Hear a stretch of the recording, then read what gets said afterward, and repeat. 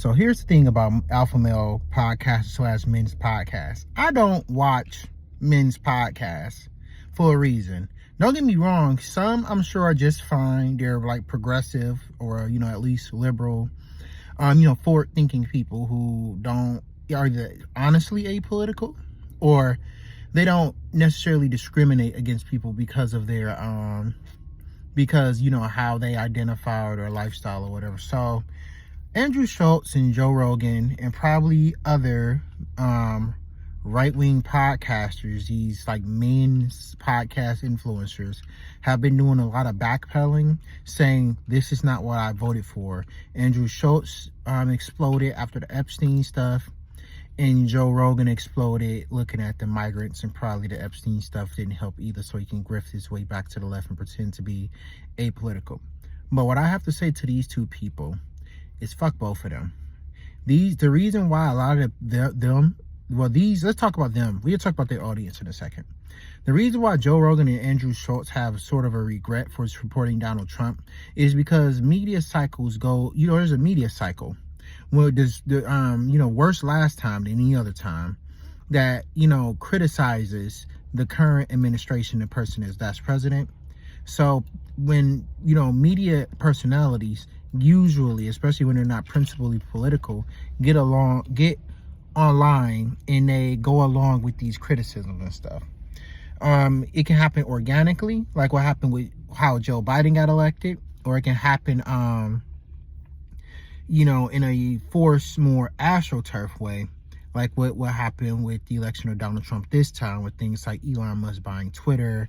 There's being a lockstep effort of news companies to, sort of be complicit in Donald Trump winning the presidency this time around. With that said, they're just fucking grifters. And if they're not grifters, they're just like their audience, and they're fucking stupid. All this stuff that's happening, right? Don't get me wrong. Some of it might disappoint them and hurt them in one way or another. But this stuff is what they voted for. They voted, to see people get hurt. They voted to see more war. They voted to see poor people get hurt. A lot of these people went around thinking that liberal policies and ways of thinking, even like the thought processes of America. Ooh, I need some air conditioning. Will only hurt like these, lispy queer men or blue-haired feminist goth women and stuff like that. Tons of them were misogynists. They thought that when Trump got back into office, he was going to put more laws in place to force women to like him. They thought that they would not be affected by, how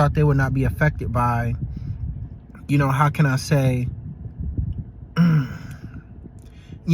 these policies, like what's happening with the healthcare, like what's happening with the increase in the cost of living.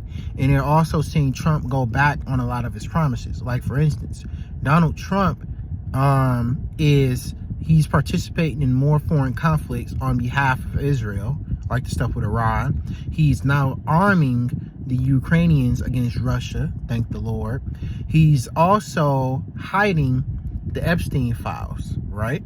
So a lot of his promises that he made during his campaign, he was just lying about anyway, and we know because Donald Trump is a liar.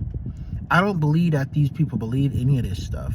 And it's like when we look at elections, right? And I say this as a blue-collar worker, a young black man with a family, straight, all that stuff, all that good nature stuff, whatever. When I see people vote Republican often at a time, it's not for economic populism. It's out of hatred. Like I said earlier, the reason why people voted for Donald Trump and why the Andrew Schulz, people like Joe Rogan, support them is because the misogynist and white supremacist men in their audience thought that Trump policies was going to hurt black people, Hispanic people, women, including white women, more than it hurt their straight white asses. And that's now why we're seeing a lot of people backpedaling, saying this is not what I voted for. But it is what you voted for. Many people, some on the same level and even above your economic ladder, was telling y'all throughout the entire election that things have actually gotten better under Joe Biden. That Joe Biden's not perfect, but, I think Kamala or, Harris, she might be a little bit better. We were telling you that Trump is an habitual liar. We were telling you that Trump was a white supremacists, and his immigration laws was not about keeping a country safe. It was about white supremacist hatred of immigrants. We told y'all on several occasions that, and nakedly you've seen so with his first administration, but all you people ignored that because you wanted to take the chance to see that would women and minorities get hurt worse by Donald Trump than yourself. And that's why we see all these grifting podcasters that platformed him, gave him friendly interviews, softball questions, and then had another ask, why won't Harris come on?